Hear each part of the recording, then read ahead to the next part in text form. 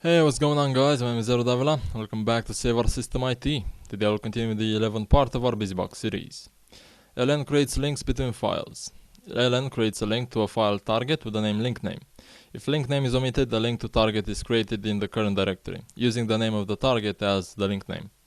ln creates hard links by default or symbolic links if the -s or symbolic option is specified. When creating hard links, each target must exist.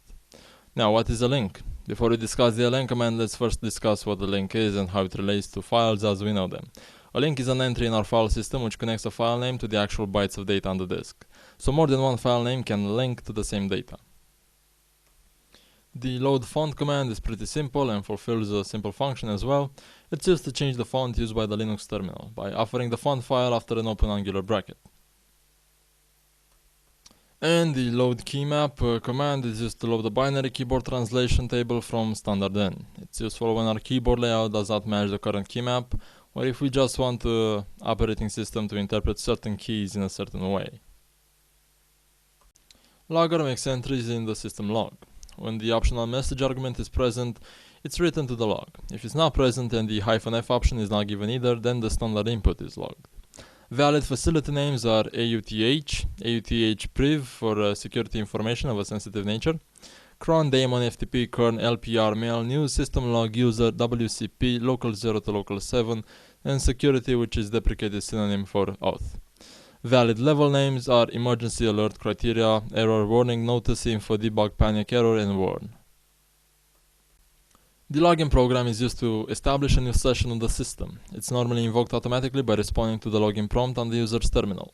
Login may be special to the shell and may not be invoked as a subprocess. When called from a shell, login should be executed as exec login, which will cause the user to exit from the current shell and thus prevent the new logged in user to return to the session of the caller. Attempting to execute login from any shell but the login shell will then produce an error message. The user is then prompted for a password, where appropriate. Echoing is disabled to prevent revealing the password. Only a small number of password failures are permitted before login exits and the communication link is severed. If password aging has been enabled for your account, you may be prompted for a new password before proceeding. You'll be forced to provide your old password and a new password before continuing. Your user and group ID will be set according to their values in the /etc/password file, and the values for the variables home, shell, path, logname, and mail are set according to the appropriate fields in the password entry. ulimit, umask, and nice values may also be set according to the entries in the gcos field. On some installations, the environment variable term will be initialized to the terminal type of your WTY line, as specified in /etc/WTY type. An initialization script may also be executed. Check your documentation on your command interpreter for information on init scripts.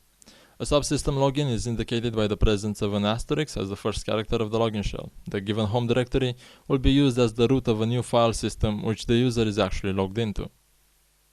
The logname command is used to print out the name of the current user.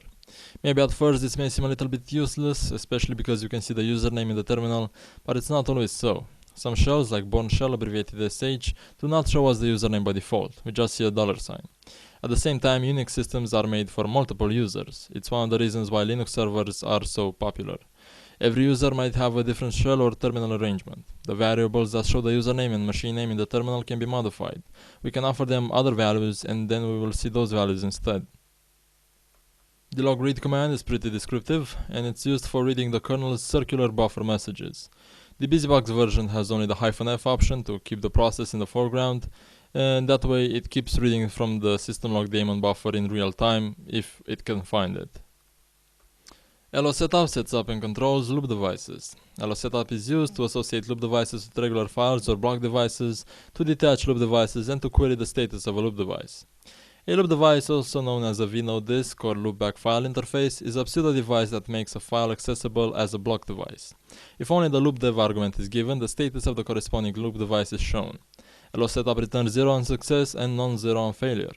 When losetup displays the status of a loop device, it returns 1 if the device is not configured, and 2 if an error occurred which prevented losetup from determining the status of the device.